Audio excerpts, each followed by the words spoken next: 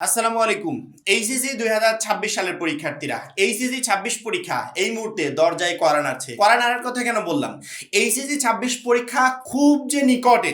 কালকে শিক্ষা বোর্ডের ওয়েবসাইটে একে একে 4টা নোটিশ প্রকাশের মাধ্যমে আমরা বুঝতে পেরেছি। কয়েকদিন আগে এসএসসি 26 পরীক্ষার ক্ষেত্রে এই ধরনের নোটিশ প্রকাশ পেয়েছিল। প্রথমত ফর্ম ফিল আপের নোটিশ, ফর্ম ফিল আপের মাঝেই কেন্দ্র তালিকা প্রকাশ পেয়েছে, সেই কেন্দ্র তালিকা আবার পরিবর্তন করা হয়েছে, পরবর্তীতে বাতিল কেন্দ্র তালিকা প্রকাশ পেয়েছে।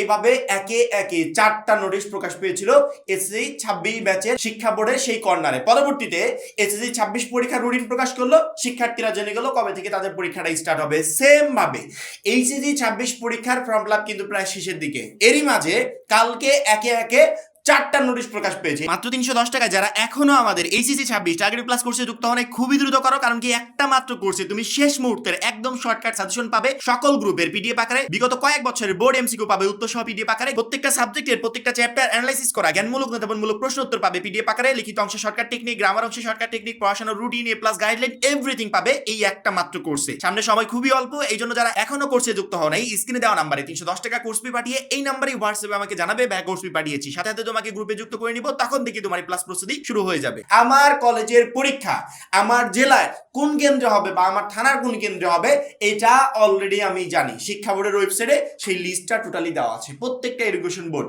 নিজস্ব বোর্ডের ওয়েবসাইটে গেলে সেই লিস্টটা পেয়ে যাবে। এই যে একে একে 4টা নোটিশ প্রকাশ পেল, এখন কোন নোটিশ প্রকাশের বাকি আছে তোমরা জানো? রুটিন প্রকাশে যে কোনো সময় এইচএসসি 26 পরীক্ষার রুটিন প্রকাশ হয়ে যাবে, এবং রুটিন প্রকাশ হলেই আমাদের টোটাল কনফিউশনটাই দূর হয়ে যাবে যে জুনে পরীক্ষা হবে নাকি জুলাইতে পরীক্ষা হবে। কারণ কি অনেকে বলছে জুনে পরীক্ষা হবে, শিক্ষা বোর্ডের দু একজন বলছে জুলাইতে পরীক্ষা হবে, এক একজন এক এক ধরনের মন্তব্য করছে, কিন্তু সেই রুটিনটা যখন পাবলিশড হবে তখন টোটাল কনফিউশনটা আমাদের দূর হয়ে যাবে। এইচএসসি 26 পরীক্ষা একদমই যে খুব কাছাকাছি আছে, অর্থাৎ চলে আসলো বলে এটা কিন্তু আমরা নোটিশ প্রকাশের মাধ্যমে বুঝতে পারছি। কারণ কি শিক্ষা বোর্ড তাদের যে প্রস্তুতি, এই প্রস্তুতিগুলো ক্লোজ করে ফেলছে, সম্পূর্ণ করে ফেলছে। এখন শিক্ষা বোর্ড তো তাদের প্রস্তুতি শেষ করছে, আমি কতটুকু প্রস্তুত এই এইচএসসি 26 পরীক্ষার জন্য? প্রত্যেকটা শিক্ষার্থী আমাদের এই কমেন্টে একটু কমেন্ট করে জানাবে কষ্ট করে যে তোমার প্রিপারেশন কত পার্সেন্ট। কেউ যদি 20% কমপ্লিট করে থাকো, যে ভাই মাত্র 20% নতুন করে শুরু করেছিলাম, লেখো, কোনো প্রবলেম নেই। কেউ যদি 50% শেষ করো, লেখো সিলেবাস 50% শেষ। কেউ যদি 100% করো, লেখো 100% শেষ। অর্থাৎ তোমাদের সিলেবাস কতটুকু শেষ হয়েছে এটা আমাকে একটু কষ্ট করে কমেন্টে জানাও, তাহলে আমি এটাকে মাথায় রেখে পরবর্তীতে ভিডিওগুলো কন্টিনিউ করতে পারবো, বা আমাদের গাইডলাইন বা রুটিন সেগুলো আমরা দিতে পারবো। আমরা তোমাদেরকে রমজান মাসের একটা রুটিন বানিয়ে দিয়েছিলাম, যে রুটিনটা ফলো করে তুমি স্টাডি করছিলে।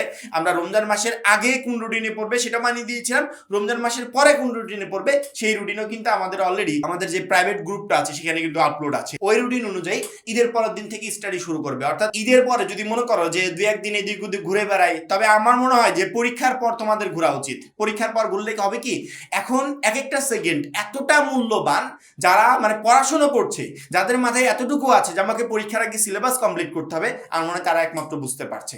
আমাদের হাতে একদমই সময় নেই, এইচএসসি 26 পরীক্ষা একদম আমাদের দরজায় চলে আসছে।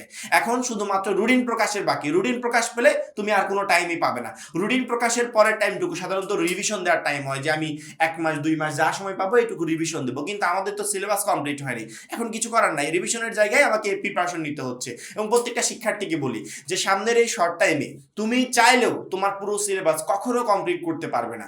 আমরা যে শর্ট সিলেবাসটা দিয়েছি, শর্ট সাজেশনটা দিয়েছি, আমার মনে হয় প্রত্যেকটা শিক্ষার্থীরই দায়িত্ব সহকারে সেটাকে নিয়ে কালেক্ট করে সেই অনুযায়ী প্রিপারেশন শুরু করা উচিত। কারণ কি আমাদের সাজেশনগুলো আমরা শর্টকাট দিয়েছি এই কারণে, সকল শর্টকাট প্রসেস দিয়েছি এই কারণে, যাতে সামনের শর্ট টাইমে একটা শিক্ষার্থী চাইলে এ প্লাস প্রিপারেশন নিয়ে পরীক্ষার হলে যেতে পারে, ভালো একটা রেজাল্ট করতে পারে।